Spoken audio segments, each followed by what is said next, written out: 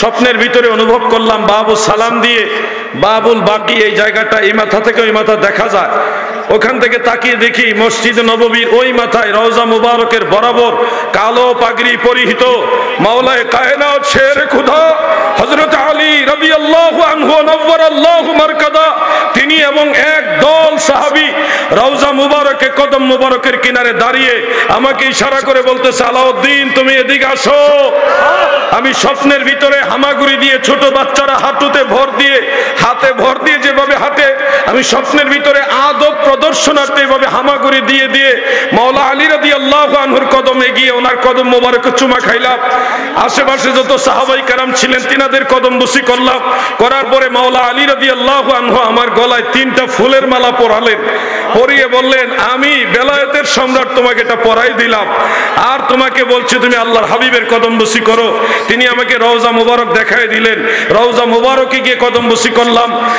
সিদ্দিক আকবর হযরত আবু বকর রাদিয়াল্লাহু আনহু, ফারুক আজম হযরত ওমর ইবনুল খাত্তাব রাদিয়াল্লাহু আনহুমা, এই দুইজনের সাহাবীর কদম বুসি করার পরে মাওলা আলী রাদিয়াল্লাহু আনহু আমাকে ইশারা করে একটা জিনিস দেখাইলেন। সেই ইশারার জিনিসটা ছিল ইমামে রব্বানী দরবার শরীফ। রয়্যাল টিভি পিডি, সুন্নতে সঠিক বাণী প্রচার। ঐতিহ্যবাহী ইমামে রব্বানী দরবার শরীফ হাজীগঞ্জ চাঁদপুরে আয়োজিত 60তম পবিত্র উরসে নববী সাল্লাল্লাহু আলাইহি ওয়াসাল্লাম সুন্নি মহাসম্মেলনের যিনি সদরে মাহফিল, আমির আহলে সুন্নাহ, বাংলাদেশ আহলে সুন্নাত ওয়াল জামাতের সুযোগ্য সুদক্ষ সুখ্যাত চেয়ারম্যান এবং ইসলামিক ফ্রন্ট বাংলাদেশের সুনামধন্য মান্যবর চেয়ারম্যান, পীর তরিকত, रहनुमाए शरीयत, हादिए दीन व मिल्लत हजरतुल हाज अल्लामा सैयद बहादुर शाह मुजद्दिदी अल आबिदी साहिब बारकाल्लाहु फी हयातिही व इल्मिही। এই প্রোগ্রামের মূল আহ্বায়ক যিনি ছিলেন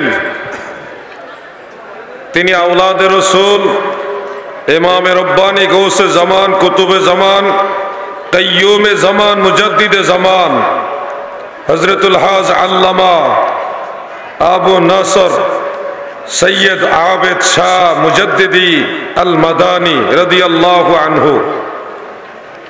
আজকে তিনার ফয়জাত হাসিলের জন্য এই দরবার শরীফে উপস্থিত হয়েছেন দেশের বরেণ্য উলামায়ে কেরাম, উল্লেখযোগ্য হাজার হাজার আলেমের উস্তাদ,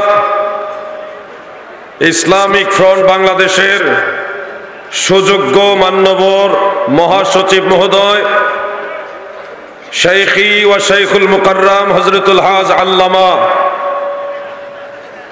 জুবায়ের সাহেব হুজুর মাদ্দাজিল্লাহুল আলী, উপস্থিত রয়েছেন প্রিন্সিপাল আল্লামা ফরিদউদ্দিন সাহেব মাদ্দাজিল্লাহুল আলী, উপস্থিত রয়েছেন এই দরবার শরীফের সুযোগ্য খলিফা পীর তরিকত হযরতুল হাজ মাওলানা মুশাররফ হোসেন হেলালি সাহেব, এছাড়াও মাওলানা শাহ আবুল হাসেম মিয়াজি সাহেব সহ অনেকের নাম জানি না, সবাইকে শ্রদ্ধা ভরে স্মরণ রেখে মুখতাসার বক্তব্যের শুরুতে আল্লাহ তাআলার শাহী দরবারে শুকরিয়া আদায়ার্থে আমরা সবাই বলি আলহামদুলিল্লাহ। আজকে উরস নববী শরীফে আমরা যারা হাজিরিন আল্লাহ তাআলার দরবারে আরো শুকরিয়া আদায় করি যে মহান সৃষ্টিকর্তা দয়া করে আমাদের মতো নালায়েক নাচিজ এই অধম অযোগ্যদেরকে তেনার হাবিবের উম্মত বানিয়ে এই শেষ জামানায় আমাদেরকে পাঠিয়েছেন। আখিরি পয়গম্বর সৈয়দুল মুরসালিন রাহমাতুল লিল আলামিন নবীর উম্মত হতে পেরে আরেকবার শুকরিয়া আদায় করে আদায়ার্থে সবাই বলি আলহামদুলিল্লাহ। পবিত্র কোরআনুল কারীমের মধ্যে সূরা আহজাবের 33 নম্বর আয়াতে আল্লাহ তাআলা ইরশাদ করেছেন, যারা পারেন আমার সাথে তিলাওয়াত করুন, বিসমিল্লাহির রাহমানির রাহিম ইন্নামা ইউরিদুল্লাহু লিইয়ুযহিবা আনকুমুর রিজসা আহলাল বাইতি ওয়া ইউতাহহিরাকুম তাতহীরা। নিশ্চয় আল্লাহ তাআলা চান নবীজির আহলে বাইত যারা তাদেরকে পুত পবিত্র করতে, যেভাবে পুত পবিত্র করা দরকার ওইভাবেই পবিত্র করতেন। এখানে আল্লাহ তাআলা আহলে বাইতে রাসূলের কথা স্পষ্ট করেছেন। তাফসীরের প্রায় সবগুলো কিতাবের মধ্যেই আহলে বাইতে রাসূল সম্পর্কে উল্লেখ রয়েছে। আহলে বাইতে রাসূল দুই প্রকার, একটা হলো খাস আহলে বাইতে রাসূল, যাদের ব্যাপারে সহিহ মুসলিমে হযরতে যায়েদ ইবনে আরকাম রাদিয়াল্লাহু আনহু থেকে বর্ণিত রয়েছে, হযরতে আব্বাস রাদিয়াল্লাহু আনহু, হযরতে আকিল রাদিয়াল্লাহু আনহু, হযরতে আলী রাদিয়াল্লাহু আনহু, তিনাদের বংশধর, তিনারা সবাই আহলে বাইতের অন্তর্ভুক্ত। আরেকটা আহলে বাইত হলো আখাসুল খাস, খাসেরও খাস। সেই আখাসুল খাস আহলে বাইতে রাসূল সাল্লাল্লাহু আলাইহি সাল্লাম সম্পর্কে সহিহ মুসলিম উল্লেখ, আল্লাহর হাবিব চাদর মুবারক এইভাবে ছড়ালেন, সেই চাদর মুবারকের ভিতরে খাতুনে জান্নাত হযরতে ফাতেমাতুজ জাহরা রাদিয়াল্লাহু তাআলা আনহা প্রবেশ করলেন। শেরে খোদা মাওলা আলী কাররামাল্লাহু ওয়াজহাহু তিনি সেই চাদরের ভিতরে প্রবেশ করলেন। জান্নাতের যুবকদের সরদার হাসনাইনে করিমাইন ইমাম হাসান ইমাম হুসাইন রাদিয়াল্লাহু তাআলা আনহুমা তিনারা দুইজনও প্রবেশ করলেন। অতঃপর নবীজি সেই চাদরের মুখ বন্ধ করে দিয়ে মহান আল্লাহ তাআলার শাহী দরবারে দোয়া করলেন, আল্লাহুম্মা হাউলাই আহলে বাইতি, হে আল্লাহ এরাই হলো আমার আহলে বাইত, আপনি তাদেরকে কবুল করে নেন। সুবহানাল্লাহ। সেই আহলে বাইতের বংশধর হলো আওলাদে রাসূল সৈয়দ বাহাদুর শাহ মুজাদ্দিদি আল আবিদি সাহেব। সেই আহলে বাইতের শান ও আজমত যারা বুঝবে না তারা আহলে সুন্নাত ওয়াল জামাত হতে পারে না। আহলে সুন্নাত ওয়াল জামাত তারাই যারা আহলে বাইত রাসূলের ইজ্জত বুঝে, আসহাবে রাসূলের ইজ্জতও বুঝে। আমরা সুন্নি অঙ্গনে যারা রয়েছি দ্ব্যর্থহীন কণ্ঠে স্পষ্ট ভাষায় বলি, আমাদের জন্য আল্লাহর হাবিব রাসূল আকরাম সাল্লাল্লাহু আলাইহি ওয়াসাল্লাম হলো আমাদের ঈমান, নবীজির মহব্বত আমাদের ঈমান, নবীজি আমাদের ঈমান, নবীর বংশ ঈমানের অংশ, নবী পাকের সাহাবীগণ ঈমানের অংশ। কাউকে অস্বীকার করা, অসম্মান করা আহলে সুন্নাত ওয়াল জামাতের কোনো খাসলতের মধ্যে থাকতে পারে না। আমরা লক্ষ্য করেছি কখনো মাওলা আলীর উপর আক্রমণ হয়, কখনো খাতুনে জান্নাতের উপরে তিনার শান ও আজমতের উপর আক্রমণ হয়, কখনো ইমাম হাসান কখনো ইমাম হুসাইন রাদিয়াল্লাহু আনহুমার উপর আক্রমণ হয়। যে কিভাবে আক্রমণ হয়, ওনারা তো পর্দা করেছেন 1400 বছর আগে, যদিও তিনারা দারুল বাকায় তশরিফ নিয়েছেন, কিন্তু আজও ইমাম হুসাইন রাদিয়াল্লাহু আনহুর প্রশংসা বাদ দিয়ে মসজিদের মিম্বরে ইয়াজিদের দালালি চলে কিনা বলেন? এই 1400 বছরের পরেও যারা আওলাদে রাসূলের শান মান গাইতে না পেরে উল্টা ইয়াজিদকে নির্দোষ প্রমাণ করার চেষ্টা করে, এরা কখনোই নবীর পক্ষের, নবীর আওলাদের পক্ষের, আহলে বাইতের পক্ষের, সাহাবীদের পক্ষের, আহলে সুন্নাত ওয়াল জামাতের পক্ষে হতে পারে না, পারে না, পারে না। আমরা দেখেছি চট্টগ্রামে এক মসজিদে এক ইমাম সাহেব, তিনি ইয়াজিদকে বাঁচানো ওটুকুই ক্ষান্ত নয়, ইয়াজিদকে বাঁচাইতে বাঁচাইতে প্রশংসা করতে করতে ইয়াজিদকে সাহাবী বানাইবার জন্য চেষ্টা করেছে।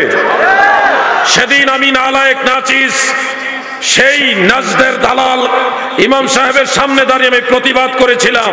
ইয়াজিদের জন্ম হয়েছে 26 হিজরিতে, আল্লাহ রসুল সাল্লাল্লাহু আলাইহি ওয়াসাল্লাম পর্দা করেছেন 11 হিজরিতে। তাহলে এত বছর পরে, নবীজি পর্দা নেওয়ার এত বছর পরে ইয়াজিদ জন্ম হয়ে সে কিভাবে সাহাবী হইল? লাজব হয়ে গেছে। এরকমই নবীর দুশমনেরা, নবীর আওলাদের দুশমনেরা এরকমই জাহেল হয়, মূর্খ হয়, ঠিক না বেঠিক? কখন আমরা দেখেছি খাতুনে জান্নাতের শান মানের পর্দা নিয়ে টান দিয়েছে, ইজ্জতের চাদর নিয়ে টান দিয়েছে। সুরেলা কণ্ঠে বক্তারা ওয়াজ করে মা ফাতেমার লাশ কবরে নিয়ে গেল। কবরকে ডেকে ডেকে বলতেছে, এ কবর, আল্লাহর নবীর মেয়ে ফাতেমাকে আনছি, তুমি ফাতেমার সাথে ভালো ব্যবহার কইরো। কবর, তোমার মাঝে শের খোদা হযরত আলীর স্ত্রী কানছি, তুমি ফাতেমার সাথে ভালো ব্যবহার কইরো। কবর, হাসান এবং হুসাইনের মা ফাতেমাকে আনছি, তুমি ফাতেমার সাথে ভালো ব্যবহার কইরো। কবর নাকি উত্তর দিতেছে, আমি রাসূলুল্লাহর কন্যা চিনি না। নাউজুবিল্লাহ বলেন। আমি হযরত আলীর স্ত্রী চিনি না, হাসান হুসাইনের মা চিনি না, আমি চিনি আমল। ফাতেমার আমল ভালো হইলে ভালো ব্যবহার করব, ফাতেমার আমল খারাপ হইলে খারাপ ব্যবহার করব। বলেন নাউজুবিল্লাহ। এই ধরনের ওয়াজ অনেক গলাবাজ, কণ্ঠবাজ, বাউল মার্কা বক্তাদের জবান থেকে আমরা শুনেছি, বাতিল মৌলবীদের কাছ থেকে। কিন্তু আপনারা বলেন, খাতুনে জান্নাত যিনি মা ফাতেমা রাদিয়াল্লাহু তাআলা আনহা, তিনার সম্পর্কে আল্লাহ রাসূলের হাদিস সহিহ বুখারীতে উল্লেখ রয়েছে, ইন্না ফাতেমাতা বিনতা রাসূলিল্লাহি সাল্লাল্লাহু আলাইহি ওয়াসাল্লাম সাইয়্যিদাতুন নিসাই ফিল জান্নাহ। আল্লাহর হাবিবের কন্যা ফাতেমাতুজ জাহরা, তিনি জান্নাতের সমস্ত মহিলাদের সরদারনি। ঠিক না বেঠিক? আর তিনাকে যদি কবরে না চিনে, তাহলে আর কাকে চিনবে? কবর মা ফাতেমাকে চিনবে না, রাসূলের কন্যাকে চিনবে না, শের খোদা মাওলা আলীর স্ত্রীকে চিনবে না, হাসনাইনে কারিমাইন রাদিয়াল্লাহু আনহুমার মাকে চিনবে না, জান্নাতের সরদারনিকে চিনবে না, তাহলে নীল আকাশের নিচে জমিনের উপর আর কাকে চিনবে? এই ধরনের ওয়াজ আমাদের মাঝে উপহার দিয়ে আমাদের মানুষকে, জাতিকে এই মেসেজ দেয় যে নবীর বংশ, নবীর আওলাদ যারা, নবীর আহলে বাইত যারা, তাদেরই তো আখেরাতে কোনো ঠিক ঠিকানা নাই। তাহলে এই ধরনের মেসেজকে আপনারা গ্রহণ করবেন? খাতুনে জান্নাতের ইজ্জতের চাদর নিয়ে যারা টান দিয়েছে, আমার আল্লাহ তাদের ইজ্জতের চাদর দুনিয়া এবং আখেরাতে ধূলিসাৎ করে দিয়েছে। ঠিক না বেঠিক? আরেক শ্রেণীর লোকেরা মা ফাতেমা খাতুনে জান্নাতের ইজ্জতের উপরে আঘাত করে ভিন্ন ভাবে। এরকম একটা ওয়াজ হয়তো আপনারা শুনেছেন। মা ফাতেমা আল্লাহ রাসূলকে জিজ্ঞাসা করলো, ইয়া রাসূলুল্লাহ, আমার পূর্বে কে জান্নাতে প্রবেশ করবে? আমার আগে কেউ জান্নাতে প্রবেশ করবে কিনা? আল্লাহর নবী নাকি বলেছে, ফাতেমা, তোমার আগে ওই কাঠুরিয়ার স্ত্রী জান্নাতে প্রবেশ করবে। আপনারা বলেন তো, নবীজির কন্যা, জান্নাতের মহিলাদের সরদারনি, সাইয়্যিদাতুন নিসা ফিল জান্নাহ, ওনার আগে কাঠুরিয়ার স্ত্রী জান্নাতে যাবে। এটা কি খাতুনে জান্নাতের সম্মান হচ্ছে না অসম্মান হচ্ছে? কিন্তু ওয়াজ রসালো ওয়াজ, সুরেলা ওয়াজ, সুরের খেলায় আপনারা সুবহানাল্লাহ বলে ফেলেন। ওয়াজ করতেছে, এরপরে মা ফাতেমা ওই কাঠুরিয়ার বাড়িতে গেল, পাহাড়ের উপরে অনেক দূরে সেই কাঠুরিয়ার বাড়ি। বাড়িতে যাইয়া দরজার বাহিরে দাঁড়াইয়া কাঠুরিয়ার স্ত্রীকে সালাম দিয়া দরজা খুলতে বলল। কাঠুরিয়ার স্ত্রী বলে, তুমি কে গো? পরিচয় দিল, আমি আল্লাহর নবীর মেয়ে ফাতেমা, তোমার সাথে দেখা করতে আসছি। কাঠুরিয়ার স্ত্রী বলতেছে, আমি তো আমার স্বামীর অনুমতি ছাড়া দরজা খুলতে পারবো না। তুমি ফাতেমা হো আর আল্লাহর নবীর কন্যাই হো, যেই হো, তোমার সাথে দেখা করতে হলে আমার স্বামীর অনুমতি লাগবে। ওয়াজ, আপনি আজকে চলে যান, আমার স্বামী আসলে আমার স্বামীর কাছ থেকে অনুমতি নিয়ে আপনার সাথে দেখা করার জন্য আগামীকাল একটা অ্যাপয়েন্টমেন্ট দিলাম।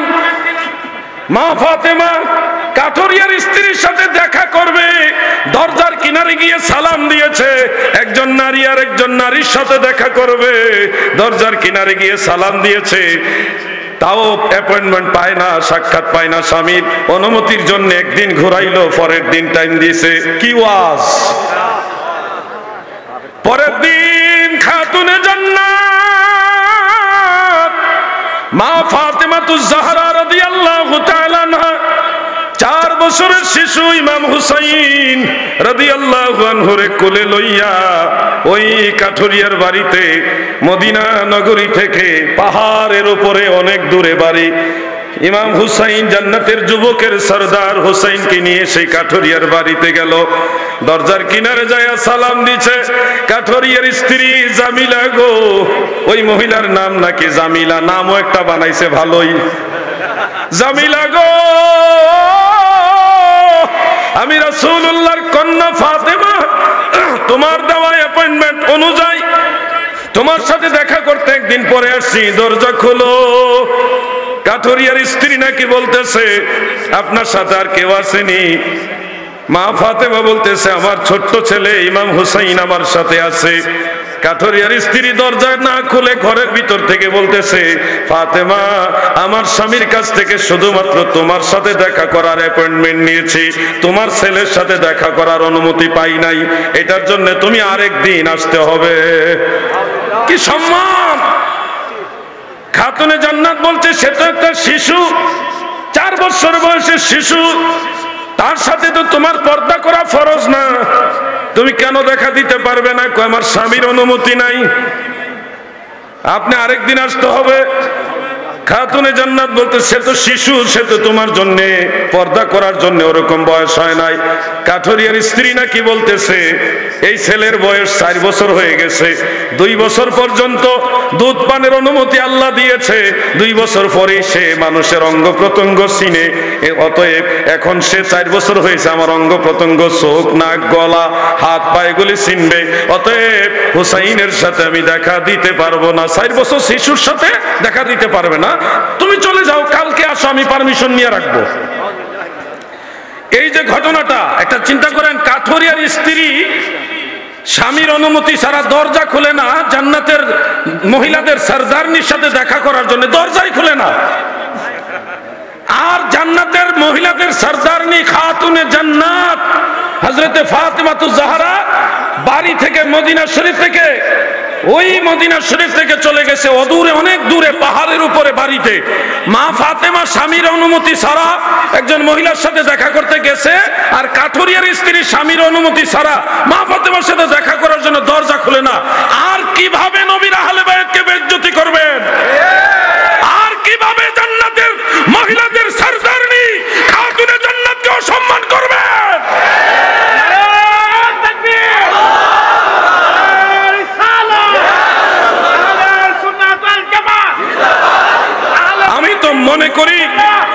আমি তো মনে করি এই যে সুরেলা ওয়াজ যারা করছে, একজন দুইজনে না বহুজনে ওয়াজগুলি করে, আর এগুলি ওয়াজ শুনে শুনে আপনারা আবার সুবহানাল্লাহ বলেন আমি জানি, কিন্তু আপনারা যারা এই ওয়াজগুলি করছেন, আমি জানতে চাই মা ফাতেমার সাথে যারা বেয়াদবি করেছে তারা কি আখিরাতে আল্লাহর রাসূলের শাফাত পাবে? এদের থেকে সাবধান থাকতে হবে। নবীর আহলে বায়াতের সম্মান যারা বুঝে না তাদের থেকে সাবধান থাকবেন। আমাদের বাঙালি জাতিটা একটা আজব জাতি, তারা জানে না কার কাছ থেকে দ্বীনের কথা শুনবে। আলামিন ভাই আসছেন, দ্বীনের কথা কার কাছ থেকে শুনবে? আমাদের এই বাঙালি আজব জাতি। সুর এমন ভাবে টান দিছে, সুরের ঠেলায় হে সুবহানাল্লাহ কইলেছে, এরপরে যে কি কইব হুজুর, এরপরে কি কইব এটা শুনে না সুবহানাল্লাহ কইতো, সুরের ঠেলায় সুবহানাল্লাহ বলে ফেলছে। ওই যে হুজুরের ওয়াজ কথা আমি মাঝে মধ্যে বলি, হবিগঞ্জের এক মাহফিলে বহু আগে এক সুরেলা বক্তা বলেছিল, মক্কায় গেলাম মদিনায় গেলাম রে,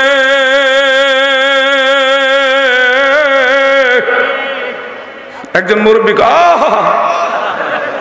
ঢাকায় গেলাম সিলেট গেলাম, রামনগরের মতো এমন জায়গা পাইছি না। বেটার ও আর এগুলি ঠেলা, মাহফিলটা অস্থির হয়ে গেছে। একজন যুবক জিজ্ঞাসা করেছিল, চাচা মক্কা মদিনার চেয়ে আমাদের রামনগর কি বড়? চাচার এবার জ্ঞান আছে, কোথায় মক্কা মদিনার তুই কোথায় রামনগর মিলাইছ? আমার কি দোষ, আপনি তো ভুল করছেন। আবার কস আমি ভুল করছি, মুরব্বী ছেড়ে গেছে। কয় হুজুর বলছে মক্কায় গেলাম, মদিনায় গেলাম, রামনগরের মতো জায়গা পাই নাই, আপনি করছেন। কয় এইটাকে আমি বুঝা করছি, সুরের লাগু করে লাইছি। আপনাদের অবস্থা হয়ে গেছে এরকম। কার কাছ থেকে দ্বীনের আলোচনা শুনবেন সেটাই আপনারা বুঝেন না, সুরের ডালায়। আমার কথা বেজার হবেন না। এই দেশে যখন বাতিলরা আহলে বাইত রাসূলের শানের উপর আঘাত করে, তখন কিন্তু আমরা সুন্নিরা প্রতিবাদ করি, সবাই প্রতিবাদ করি। কিন্তু সুন্নি মহলের থেকে যখন বলা হয় মাওলায়ে কায়নাত শেরে খুদা হযরত আলী কাররামাল্লাহু ওয়াজহাহু তিনি মদ পান করে নামাজ পড়িয়েছেন এবং নামাজের ভিতরে সূরা পড়তে গিয়ে সূরা কাফিরুনের আয়াত উলটপালট করে ফেলেছিলেন, তখন কিন্তু আমরা প্রতিবাদ করেছি। কিন্তু প্রতিবাদ করেও অনেকেই বুবা সেজে আছি। আমি আলাউদ্দিন জিহাদি আকীদার ক্ষেত্রে আমি পৃথিবীর কাউকে ছাড় দেইনি। আমার আল্লাহ, আমার দয়াল নবী, আহলে বাইত রাসূল, আসহাবে রাসূল, তিনাদের ঊর্ধ্বে আমি কাউকে চিন্তা করি না। আমি সেই মাওলা আলী রাদিয়াল্লাহু আনহুর মদের তহমতের যখন কথাটা ভাসছিল, তখন আমি প্রতিবাদ করেছিলাম অনলাইনে। আলহামদুলিল্লাহ, আপনাদেরকে আজকে বলতে কোনো বাধা নেই। এই কথাটা আমি সচরাচর বলি নাই, একটা জায়গা শুধু বলেছিলাম, তাও চাঁদপুরের কোন একটা মাহফিলে। আজকে আপনাদেরকে বলে দিচ্ছি, আমি যখন ওই দিন মাওলা আলীর পক্ষে কথা বলেছিলাম, তিনি মদ পান করেননি, মদের সাথে আহলে বাইত রাসূলের কোনো সম্পর্ক নাই, কোন নাপাক, কোন রিজিস এগুলি আহলে বাইত রাসূলের সাথে সম্পৃক্ত হতে পারে না। কারণ আল্লাহ নিজে বলেছেন, ইন্নামা ইউরিদুল্লাহু লিইউযহিবা আনকুমুর রিজসা আহলাল বাইতি ওয়া ইউতাহহিরাকুম তাতহীরা। আমার আল্লাহ আহলে বাইত রাসূলকে পাক পবিত্র করার মতো পাক পবিত্র করে দিয়েছে। আল্লাহ যারে পবিত্র বানায় গো, আমার আল্লাহ যারে পাক পবিত্র বানায়, তার পাক পবিত্রতা হওয়ার সম্পর্কে সন্দেহ করলে ঈমান থাকবে না। মাওলা আলী আহলে বাইত রাসূলের আখাসুল খাসের অন্তর্ভুক্ত, আখাসুল খাসের অন্তর্ভুক্ত। তিনাকে এবং আহলে বাইত রাসূলের সবাইকে আল্লাহ বলেছেন ওয়ায়ুতাহহিরাকুম তাতহীরা, আমি তাদেরকে পবিত্র করার মতো পবিত্র করব। আল্লাহ তাআলা বলেছেন সকল প্রকার রিজিস নাপাকি থেকে আমি তাদেরকে পবিত্র রেখেছি। সুবহানাল্লাহ। আমার সন্তানেরা তারা দাঁড়ায় আছে, তাদের কাছে এসে দাঁড়াইছি, এটা ছিল বাবুস সালামের দিকে। স্বপ্নের ভিতরে অনুভব করলাম বাবুস সালাম দিয়ে বাবুল বাকি এই জায়গাটা, এই মাথা থেকে ওই মাথা দেখা যায়। ওখান থেকে তাকিয়ে দেখি মসজিদ নববীর ওই মাথায় রওজা মুবারকের বরাবর কালো পাগড়ি পরিহিত মাওলায়ে কায়নাত শেরে খুদা হযরত আলী রাদিয়াল্লাহু আনহু নওয়ারাল্লাহু মারকাদা, তিনি এবং এক দল সাহাবী রওজা মুবারকে কদম মুবারকের কিনারে দাঁড়িয়ে আমাকে ইশারা করে বলতেছে, আলাউদ্দিন তুমি এদিকে আসো। আমি স্বপ্নের ভিতরে হামাগুড়ি দিয়ে, ছোট বাচ্চারা হাঁটুতে ভর দিয়ে, হাতে ভর দিয়ে যেভাবে হাঁটে, আমি স্বপ্নের ভিতরে আদব প্রদর্শনার্থে এভাবে হামাগুড়ি দিয়ে দিয়ে মাওলা আলী রাদিয়াল্লাহু আনহুর কদমে গিয়ে ওনার কদম মোবারকে চুমা খাইলাম। আশেপাশে যত সাহাবাই কেরাম ছিলেন তিনাদের কদম বুসি করলাম। করার পরে মাওলা আলী রাদিয়াল্লাহু আনহু আমার গলায় 3টা ফুলের মালা পরালেন, পরিয়ে বললেন, আমি বেলায়েতের সম্রাট তোমাকে এটা পরাই দিলাম, আর তোমাকে বলছি তুমি আল্লাহর হাবিবের কদম বুসি করো। তিনি আমাকে রওজা মুবারক দেখায় দিলেন। রওজা মুবারকে গিয়ে কদম বুসি করলাম। সিদ্দিক আকবর হযরত আবু বকর রাদিয়াল্লাহু আনহু, ফারুক আজম হযরত ওমর ইবনুল খাত্তাব রাদিয়াল্লাহু আনহুমা, এই দুইজনের সাহাবীর কদম বুসি করার পরে মাওলা আলী রাদিয়াল্লাহু আনহু আমাকে ইশারা করে একটা জিনিস দেখাইলেন। সেই ইশারার জিনিসটা ছিল ইমামে রব্বানি দরবার শরীফ। মাওলা আলী যার উপরে খুশি, আসহাবে রাসূল যার উপরে খুশি, আল্লাহর রাসূল যার উপরে খুশি, সেই ব্যক্তি হলো আল্লামা সাইয়্যিদ আবেদ শাহ আল মাদানী।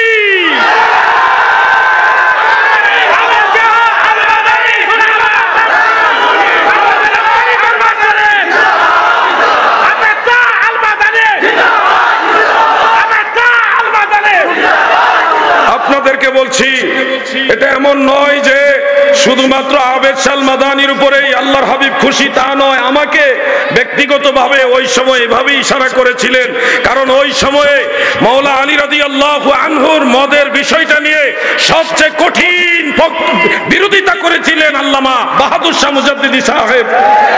ওই সময়ের জন্য মদিনাওয়ালার কদম মোবারক থেকে এই ইশারা আমি পেয়ে সেই সময় থেকে বাংলাদেশ আহলে সুন্নাত ওয়াল জামাতে প্রবেশ করার সিদ্ধান্ত নিয়েছি। আমি আমার সিদ্ধান্তে বাংলাদেশ আহলে সুন্নাত ওয়াল জামাতে আসিনি, আমি মদিনাওয়ালার কদম মোবারক থেকে ইশারা পেয়ে আসছি। আমি বাংলার সকল জনগণকে উদাত্ত আহ্বান করছি, সিদ্ধান্ত আপনাদের। যারা মদিনাওয়ালাকে ভালোবাসেন, যারা আহলে সুন্নাত ওয়াল জামাতের আকায়েদকে বক্ষে ধারণ করেন, তারা আল্লাহর হাবিবের মহব্বতে যে যেখান থেকে আসেন ওখান থেকেই সুন্নিয়তের খেদমতের জন্য, আহলে সুন্নাত ওয়াল জামাতের খেদমতের জন্য বাংলাদেশ আহলে সুন্নাত ওয়াল জামাতের পতাকার নিচে আশ্রয় নাও। তাহলে মদিনাওয়ালা হাসরের ময়দানে তোমাদের আশ্রয় দিয়ে জান্নাতে নেবে ইনশাআল্লাহ। বলেন আমিন, আওয়াজ দিয়ে বলেন আমিন।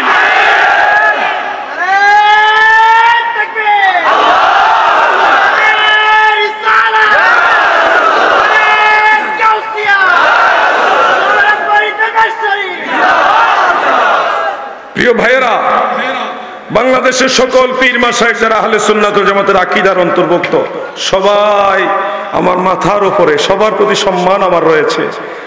কিন্তু আপনারা কেউ ভাববেন না যে আমি নিজের থেকে বানায় কথা বলছি। আমি আমার স্ত্রী সহ আমার পরিবারের সবার সাথে কথাটা শেয়ার করেছি, কিন্তু ময়দানে এক জায়গা ছাড়ার কথা বলি নাই। জেলখানা থেকে বের হওয়ার পরে আমি একটা জায়গায় বলেছিলাম এই কথাটা, তো বাকি কথাগুলো আপনাদের শেয়ার করলাম। শুনুন, পাগলামি করবেন না। বদরের পরে উহুদ এসেছে, উহুদের পরেও আরো বহু যুদ্ধ হয়েছে, মুসলমানদের বিজয় হয়েছে। এমন নয় যে ইসলামিক ফ্রন্ট বাংলাদেশ চেয়ার মার্কার প্রতীক নিয়ে নির্বাচন করেছে, সংসদে যেতে পারিনি।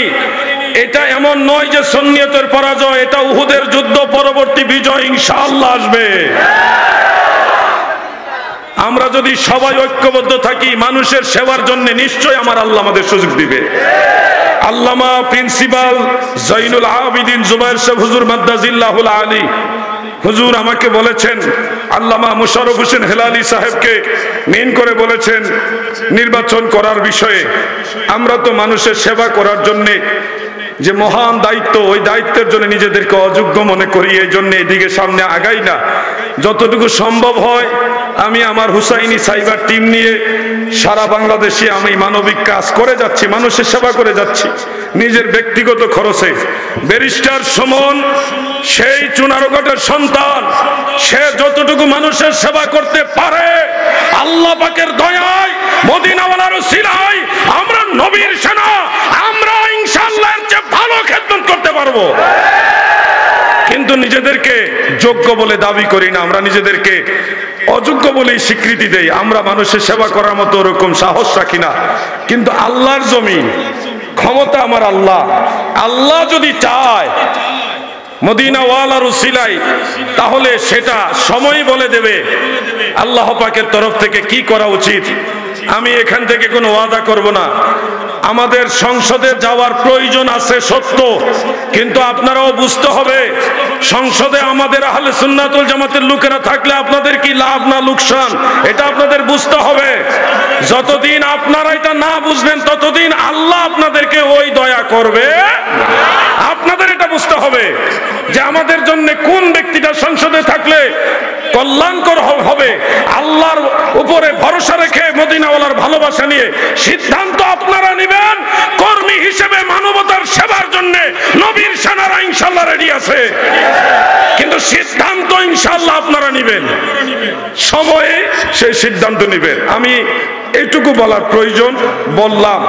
শুধু আপনাদের অনুরোধ করি, ইমাম চোরের দল চতুর্দিকে বের হয়ে গেছে। এই ইমামে রব্বানী দরবার শরীফ মাজার ব্যবসা করে না।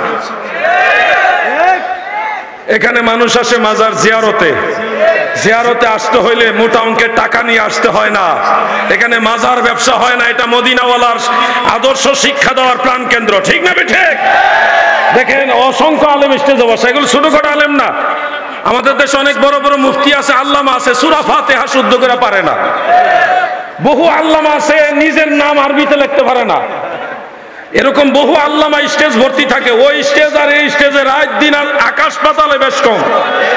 এজন্য আপনাদের বলছি, ইমামে রব্বানী দরবার শরীফ সহ বাংলাদেশে যত সুন্নি আকীদার দরবার আছে, প্রত্যেকটা দরবার মদিনাওয়ালার পক্ষের দরবার। সেই দরবারগুলিকে সম্মান দিয়ে চলবেন, তবে ওই দরবার থেকে দূরে থাকবেন যেই দরবারে আল্লাহর হাবিবের সাহাবীদের সমালোচনা করা হয়।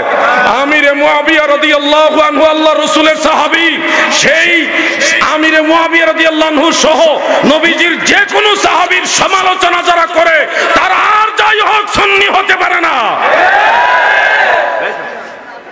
একটা সমালোচনা হয় সিলেট অঞ্চল থেকে আল্লামা বাহাদুর শাহ মুজাদ্দিদি আল আবিদি হুজুর কেবলা সম্পর্কে, যে হুজুর নাকি নবীজির নূরের বিষয়ে শিরক করেছেন। তেনারা দাবি করেন যে আল্লামা বাহাদুর শাহ হুজুর তিনি নাকি বলেছেন আল্লাহর জাতের অংশ দিয়া নবীজিকে সৃষ্টি করেছেন। আমার অনুরোধ, আবেগের ঠেলায় ঝুঁসে হিংসাত্মক মনোভাব নিয়ে কথা বলবেন না প্লিজ। সেই রেকর্ডগুলি আমরা শুনেছি। হুজুরের বক্তব্যটা ছিল এরকম, আল্লাহ তাআলা বলেছে আমি আমার নূর নিয়া, মানে আল্লাহর নূর নিয়া বললাম যে কুনি মুহাম্মদ, হে নূর তুমি আমার হাবিব মুহাম্মদ মুস্তাফা সাল্লাল্লাহু আলাইহি সাল্লাম হয়ে যাও। তারপরে নবীজি হয়ে গেলেন। তো এই যে নূরে মুহাম্মাদি থেকে বাশারে মুহাম্মাদি, এই কথাটা মুজাদ্দিদ আল ফিসানি রাহমাতুল্লাহ আলাইহির মাকতুবাত ইমামে রব্বানির মধ্যে আছে, আরো বহু কিতাবের মধ্যে আছে। বাহাদুর শাহ হুজুর তিনি কিন্তু বলেনি যে আল্লাহর জাতের অংশ নিয়া নূরে মুহাম্মাদি বানাইছে। হুজুর বলেছে আল্লাহর নূর নিয়া বলেছেন যে তুমি মুহাম্মদ সাল্লাল্লাহু আলাইহি সাল্লাম হয়ে যাও। তো আল্লাহর নূর বললেই যে আল্লাহর জাতের অংশ বোঝায়, এই কথা আপনারা এক লাইন বেশি করে বুঝতে যাচ্ছেন কেন? এই যে এক লাইন বেশি করে বুঝতে চাচ্ছেন, এখানেই বোঝা যায় আপনারা হিংসা করে কথা বলতেছেন। আল্লাহর নূর নবীজি, এটা অবশ্যই বলা যাবে।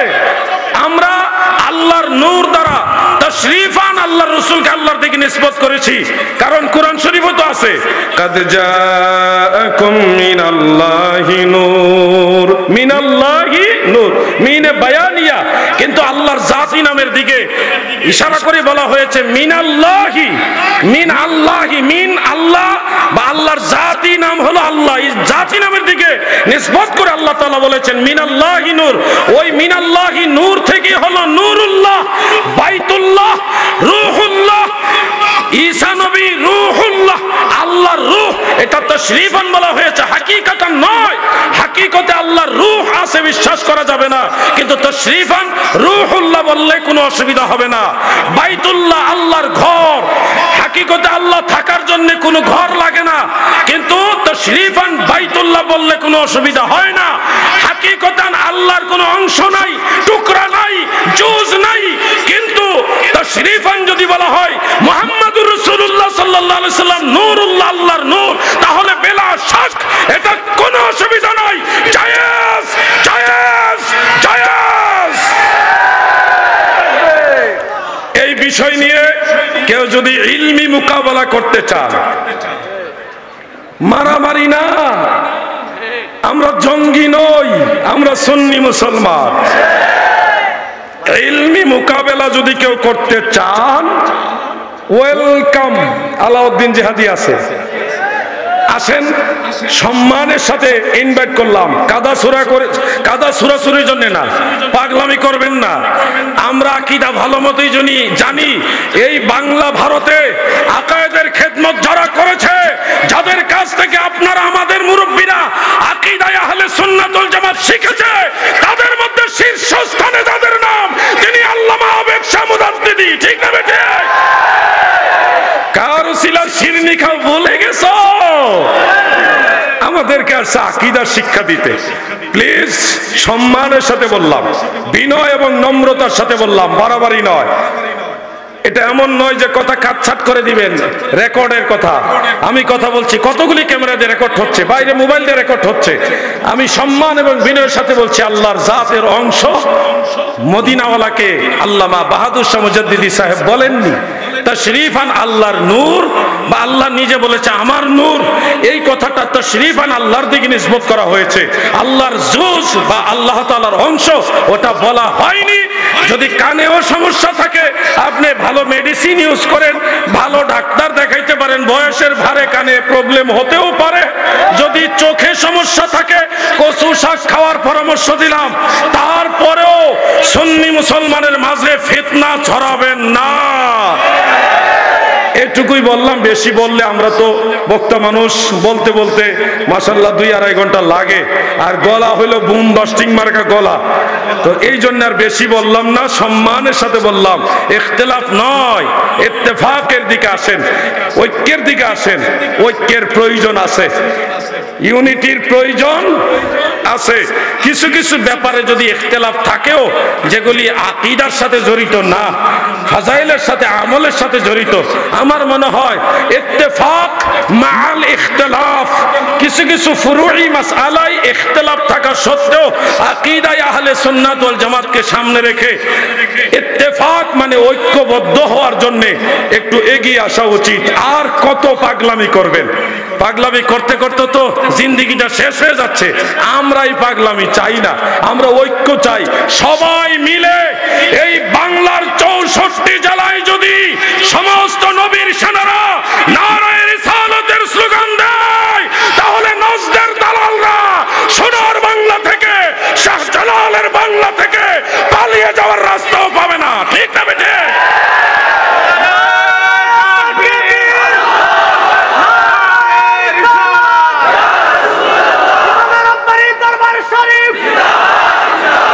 বাংলাদেশ আহলে সুন্নাত। আজকের মতো আলোচনা এখানেই।